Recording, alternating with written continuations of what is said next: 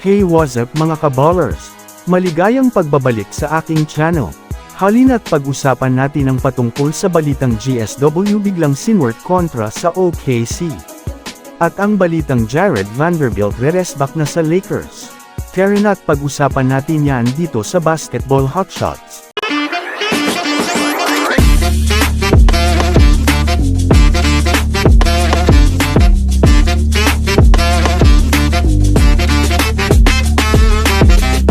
Una nga tayong ako mga kabowlers ngayon tungkol naman sa kupunan ng Los Angeles Lakers.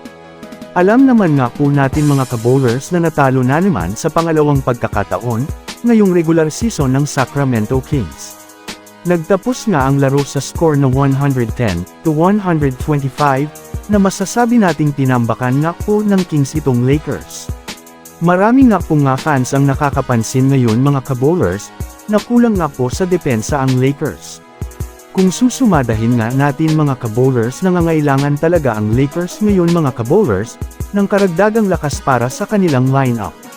Ngunit sa kasalukuyan nga po mga kabowlers ay tuluyan na nga pong nagsalita ang kanilang number 1 stopper na si Jared Vanderbilt, na unti-unti na nga daw na nagiging maayos ang kanyang pakiramdam, at pinayagan na rin nga po ito ng mga doktor mga kabowlers, na maglaro sa kanilang 5-on-5 practice. Ibig sabihin nga po nito mga kabowlers, palapit na nga po ng palapit ang pagbabalik nito sa Lakers.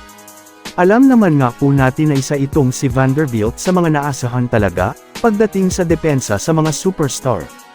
Kaya naman isang magandang balita, nga ito mga kabowlers para sa mga Lakers fans. Dito naman nga tayo mga kabowlers sa pangalawang istorya na pag-uusapan sa ngayon.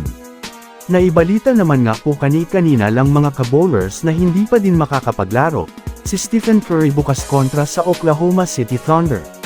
Bukod pa dyan suspendido nga itong si Green, kaya asahan na din natin na hindi ito makakapaglaro sa Warriors.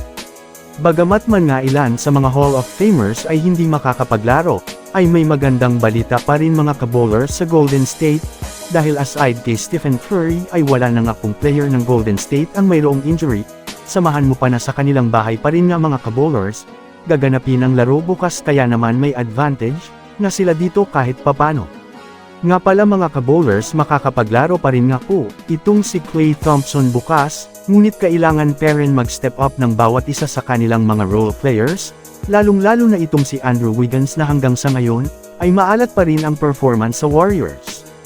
Kaya naman abangan na lang natin bukas mga kabowlers, ang magiging laro nila kontra sa kupunan ng Oklahoma City Thunder.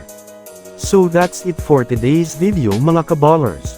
Yan lang ang ating pag-uusapan sa ngayon. Pindutin na ang subscribe, and hit nyo na rin ang notification bell, para sa mga susunod na updates sa mundo ng basketball. Again, this is Basketball Hotshots. Thanks for watching.